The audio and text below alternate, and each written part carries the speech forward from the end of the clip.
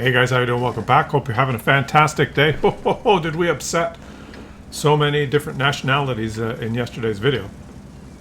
Great comments though by a lot of you giving me ideas of where to travel in the world. But I thought I would apologize in the Claus Kellerman way for some nationalities that took a little exception to some of the derogatory, accurate comments that I made. Starting with the Swedish people. I need help. You need help, that's for sure. He needs help. That's not his name. His name is CC Remy. A lot of underscores.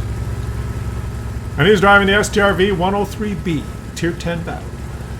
And this is going to be fantastic. But I don't understand. There's always a few Swedish people that get quite annoyed when I, just point out the obvious that the Swedish people like to yodel. And in their comments saying, Klaus, it's not the Swedish that yodel, it's the people from Finland. And I don't understand how embarrassed about their own identity. Everyone's different, right? Canadians like to play ice hockey. Americans enjoy baseball. The Brits like to play cricket. The Swedes like to yodel. I don't see that there's anything wrong with that, but anyways, we're featuring a Swedish tank. Why not?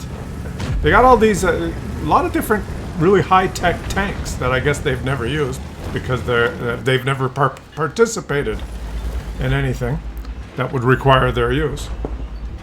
Busy yodeling, I guess, but let's watch them in the bushes here. Just siege mode, out of siege mode. It took too long. I think if you stayed in siege mode, you might have bounced the shot off your phone. But this guy played very aggressively at the beginning. Crazy. And he's the only guy that moved to the ridgeline at the beginning of the game. Look where his heavy tanks. Look where the object. There an object. Everywhere an object. Look at the reward. Where is he? Right there. The object 260. What the hell is he doing? With teammates like this, there's no time for yodeling. He's going to have to carry this team on his back. How would a guy in an object 260, good turret, fantastic to play in that position, and it's just impossible. Oh, he got him! Nice. Now, so you may ask yourself, did that Object 260 driver get that Object 260 legitimately? There's a lot of very difficult missions required to get that tank, and if you had completed those difficult missions, I would kind of think that perhaps you would understand that if you're in a heavy tank top tier, in a tier 10 game, that maybe you wouldn't go wallow around in a useless position. But that's not making any judgments. Perhaps not. We cannot see the game from his perspective, okay, guys? So we're not going to pursue it. It's just strange. Strange to me. Snap. Beautiful. This guy's working for it, right? He's not camping in a bush. He's moving around. Well, what's the guy's name? Ironiski? Stop wiggling. What is this guy's name? Aronofsky is dead.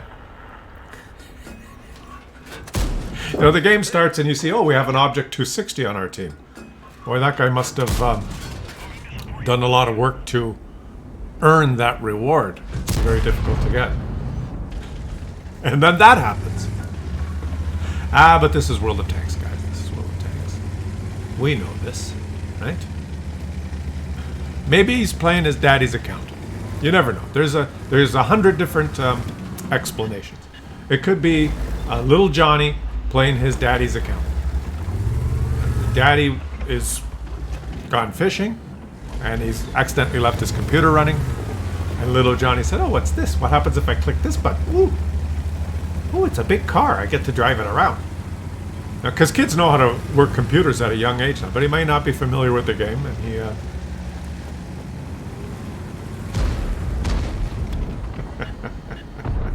Look at this guy. There's little Johnny's cousin. in the Kranwagen.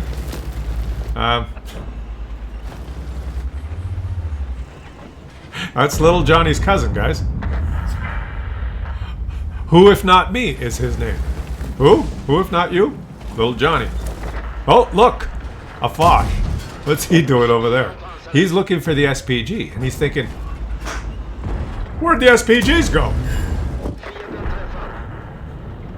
Did they propel themselves somewhere?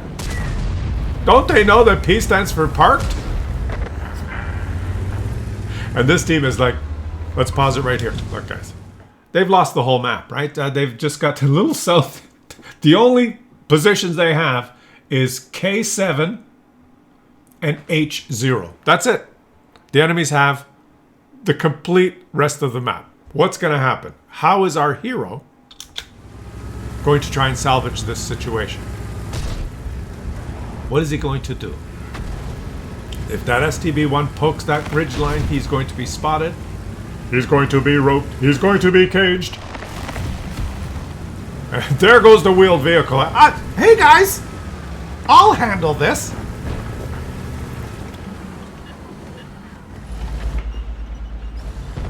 Oh! Oh! Yes. This. You know what, this guy? This is not a typical STRV game. Okay? Usually STRV, camp at the back, wait for your teammates to die, and then start farming. The reason we're featuring this is because this guy, he's had to work for everything. He's driven around the map probably farther than that stupid EBR they have, who's camping in the bushes. So he's earned his feature. Okay, he's earned being on Claus Kellerman's channel because he's just playing like a boss. And it's a shout out to everyone from Sweden, all of you. Viewers from Sweden who are, you know, it's what time is it in Sweden? It's like you've already been up for a while. You've got up, you had your morning shower and breakfast and half-hour yodeling outside, and now you're enjoying the video. So leave some comments, all of you Swedish, because I know I have a lot of viewers from Sweden, and it's nice to have you aboard. Shoot! There you go. Object 430U. This. He aimed it carefully because he knows how troll that. Oh, leopard this.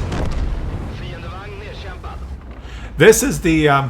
Remember I did that video where I talked about gun handling and Sigma and the reason why the Grillet is so troll, and I explained all the penalties applied to the Grillet when the turret is traversing, when the tank is moving, and when the tank is traversing. There's penalties to the bloom of the aim circle. The gun stats on the Grillet are spectacular, but whenever you adjust it slightly or move your turret, it blooms. And then when you're fully aimed, also your Sigma's not that good. Your shots kind of tend to scatter in the circle, especially when the penalties are applied and your aim circle is this big. If you pull the trigger in a Grillet, the Sigma function is so flat that a lot of the shots just go to the edges and you miss. You have to aim perfectly, carefully, till you're fully aimed. And then when you pull the trigger, then when you're fully aimed, they tend to congregate around the bullseye. But a lot of people pull the trigger a little bit too quickly in the Grillet because the penalties are they're so, you know, unless you're perfectly stationary shooting long-range targets, you just always have bloom on your aim circle. So, wait a minute, let's stop here. Now they have control of K0. Have you ever seen anything like this, guys? And I'm going to continue with my discussion on why this is the best. But look at this map. They're losing 9-12, and they've got control of one square. Let's keep going. So with the Grillet, your aim circle is always blooming. Everything you do, and if you press the trigger if it is not completely aimed, you always get sigma'd to the edges. Whereas this tank is not like that, because when you're in siege mode, you're traversing while you're aiming.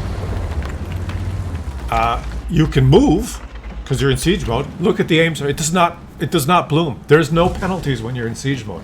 That's why this thing is a beast and can snap shots with,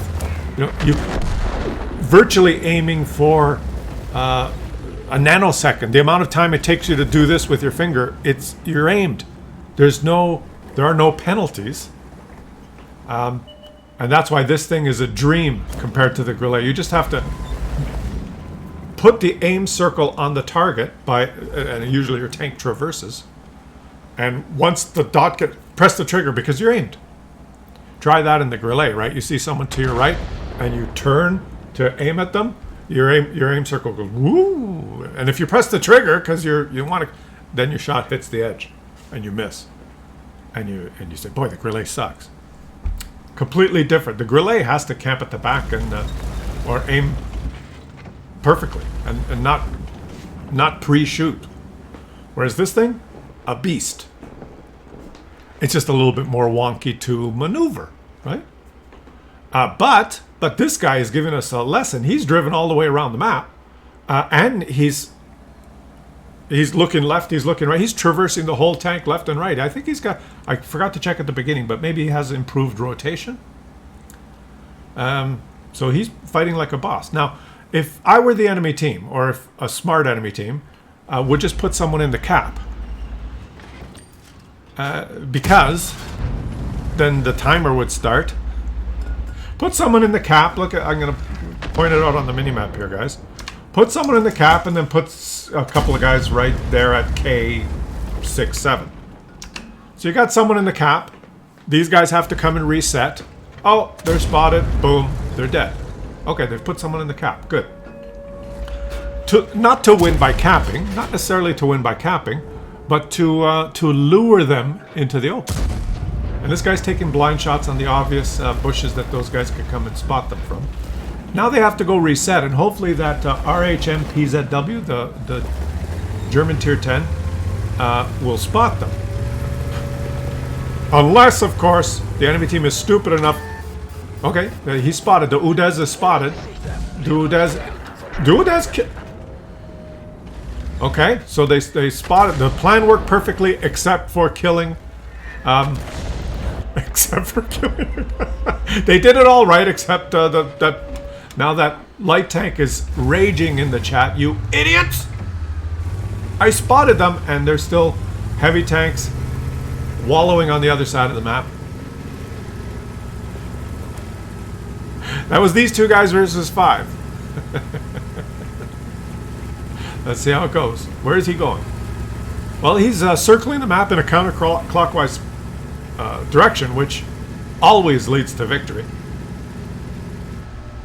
You guys know that, right? You got to go counterclockwise, which is exactly what he's doing. And he's putting in. He's. What are these guys? What is this T125 doing in the city there? Like, why are you there?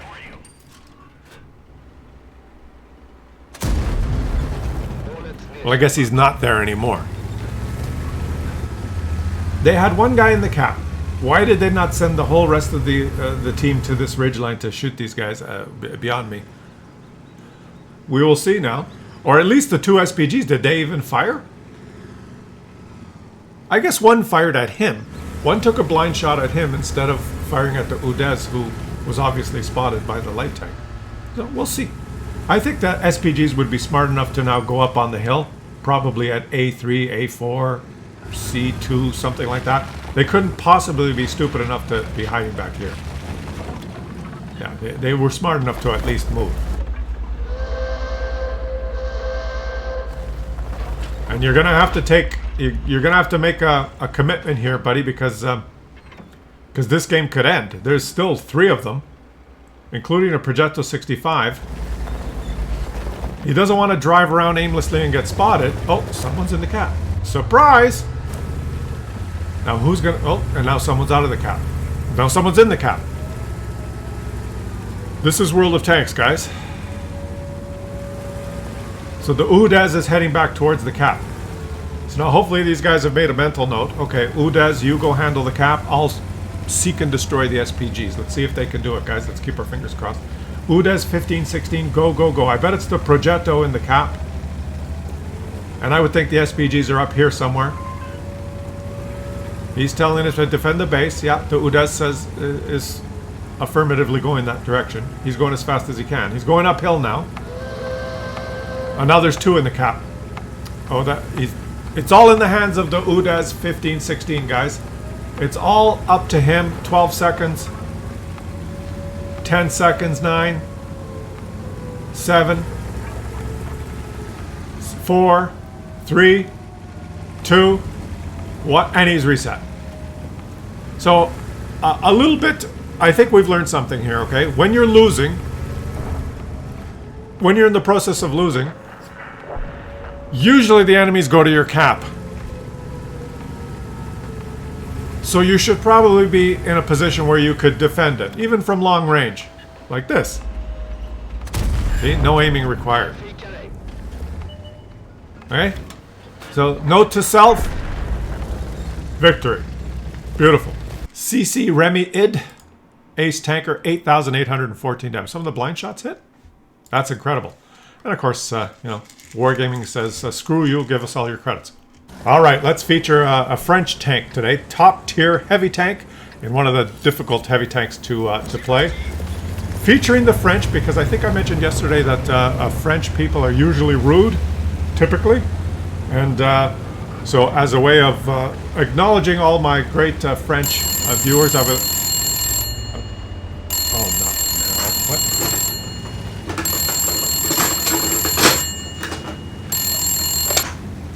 Hello? Hello? Hello, Klaus. It's Pierre. Oh, it's Pierre. Of course it's Pierre. What do you expect? What do you mean French peoples is rude? Mm-hmm. Is it not French peoples rude? American and the Canadian peoples is more rude than the French peoples? Because French peoples is best. Everybody know that. Americans just stupid, fat, lazy peoples. Drink too much Coca-Cola, wear blue jeans, and it's all stupid. And Canadian peoples is stupid too. Eat the junk food and get heart attack and die like stupids. And everybody know they... Yeah, are you still there? What? What you talking? Of course. What do you expect? And the French people's is better look.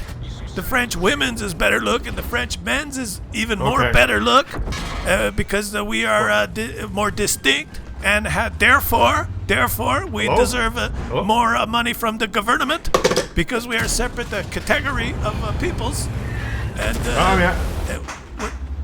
hello, hello, Klaus.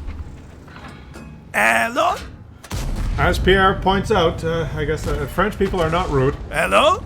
They just have a sort of slightly different way of expressing themselves. Mange la merde! If you're in France and you go to a restaurant and you don't order in French, you try and order in English, when they look at you and squint like this and they say, perhaps you would order the mange la merde, they're actually being, that's called being spicy. They're like flirting with you. It's not rude. They're...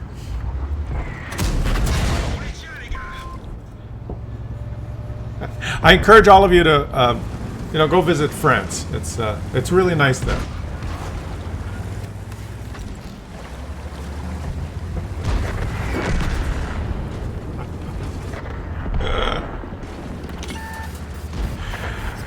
Yes. Okay. What is it? What are we doing? What's this guy's name? 98 Hellcat 98. That almost is the same name front ways and reverse. In reverse, it's a 98 cat hell 90, or it would be 89 cat. No, it would be actually it would be 89 tac le 89. So it's not the same. It's not even close. I was wrong.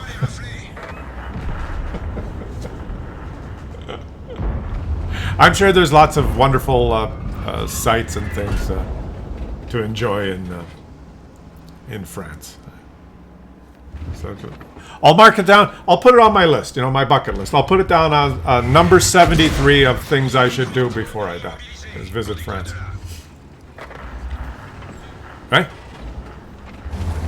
Right after number 71, which is observing the migration of the blood-sucking leeches in Lake Melabawi in the Congo.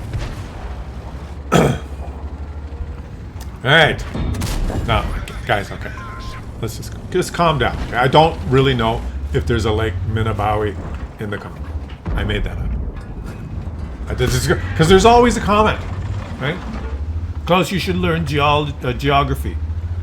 The Congo doesn't have a Lake Minnebawi. And certainly the blood-sucking leeches don't live there. They prefer a more northern climate. Like, okay, have a cookie. I just made it up. Sometimes you just make things up. Now, there's a difference between lying and just making something up for, like, comic effect, right? That's not technically a lie. The fact that I really don't know where the blood-sucking leeches live, it's no big deal, right? Lying is different. Lying is when you're at the store and they stop you as you're leaving the store and you hold up your bag and you say, I didn't know those were pine nuts. I thought that was rice.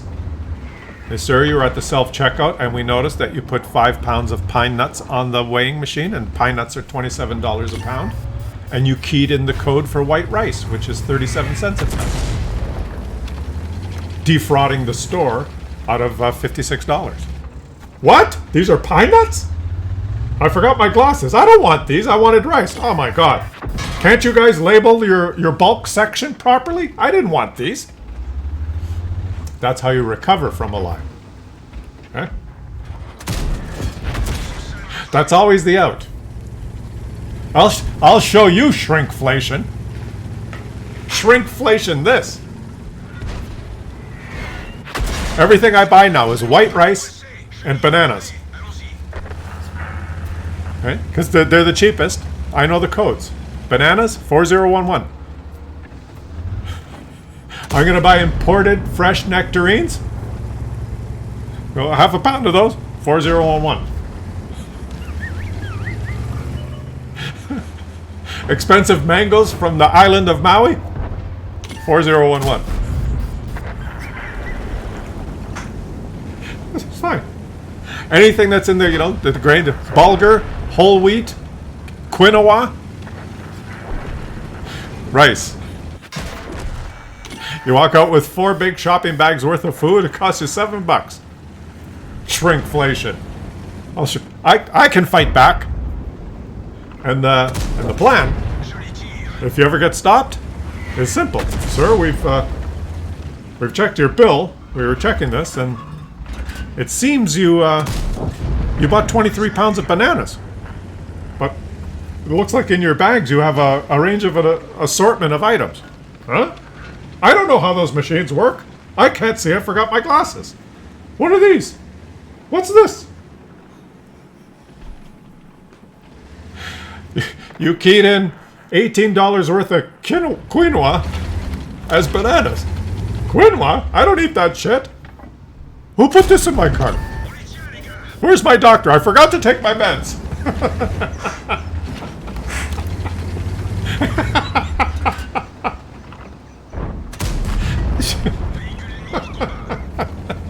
If everyone did that, everybody over the age of 55. I would show them. Damn self-checkout. You want me to do the work? I'll do the work. I'll do it my way. You don't want to hire someone to scan my stuff and load it in bags for me? I'll do it. But I'll do it my way. Show you record profits. Loblaws comes out a little while ago. Well, food sales have decreased 7%. We sold 7% less food, but we've achieved record profits and record revenue.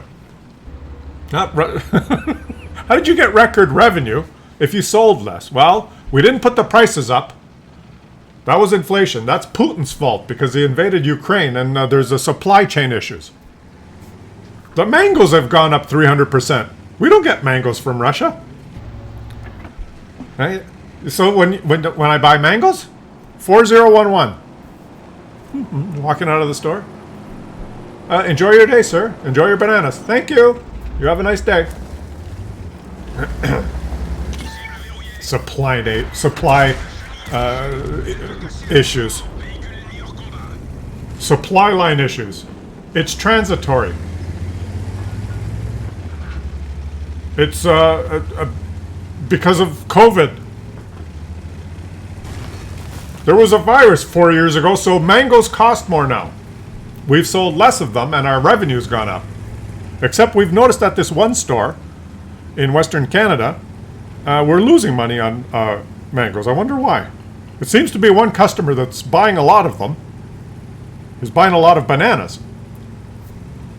Banana sales are skyrocketing in Western Canada. There's one customer buys 42 pounds a week. Yeah, I'll show them.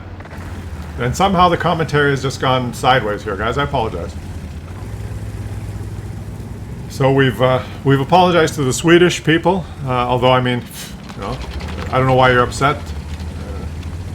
It's your heritage, the yodeling, and we've acknowledged that French people are in fact rude, and now I apologize for going off on a tangent. I shouldn't have gone off on a tangent. And now this guy is he's in a precarious situation. We're going to talk about the game now, okay? How long's the video gone? It's been 24 minutes. So now we'll talk about the game. If you're still watching, this is a World of Tanks video. We're going to talk about the game. It's a Burask. He's got 3 kills. He knows what he's doing. He's got fantastic concealment. He's got yada yada yada. He paid a lot of money for that tank. The Burask has no business losing this game. All he has to do is hide in a stealthy bush like he is, because see, he's spotted, and then shoot and kill this guy. That's all he has to do. And then search and destroy the CS-51 and easily kill him because he's a Burask. So GG, the Burask wins. The only way that the Burask loses this match is if he, like a complete utter muppet, doesn't fire his gun or drives around aimlessly and gets spotted. That's the only way he can lose. So let's see what happens. This is World of Tanks. Let's hear. Now this guy's been detected, so the Burask is somewhere. And it's not like this tank has very much armor, right? He just does not have very good armor, even in the turret. So right now the Burask should be shooting him. Pop! That he should be dead. He's in those bushes up there, isn't he?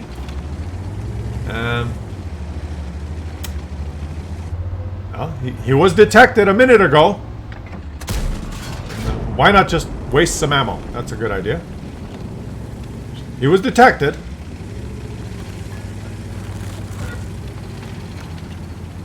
So the question is, where could the Burask be? Oh, where could the Burask be? And the Burask is also French. And so is this. See, everything's connected. Very, very carefully thought out videos, guys. I prepare for hours to make these for you. Sometimes I stay up all night wondering how the commentary is going to weave and intertwine to reach a crescendo and climax. There he is. Easily just shoot him. There you go. The game's over. So the Burask did exactly what I suggested, rather than shoot when he was concealed. So 98 Hellcat 98 from the Rio clan. Her name was Rio and she dances like a... Right?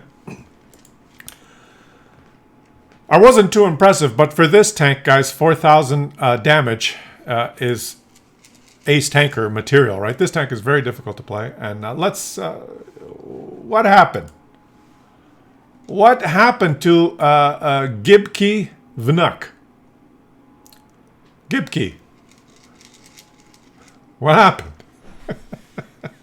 You drove around in the open at the end. What do you expect would happen? Consider it apology, okay? No more apologies. This was my apology video. Apologize to the whole World of Tanks community. And that's that. I'll read your comments today, and And I hope you guys have a fantastic rest of your day. And now I'm just rambling. The video should be over. How long has it been? I can check my count here. It's been 31 minutes and 57 seconds of recording. So I'm going to do some editing. This video will probably be a little bit shorter. I'm going to remove some of the embarrassing things that I've said.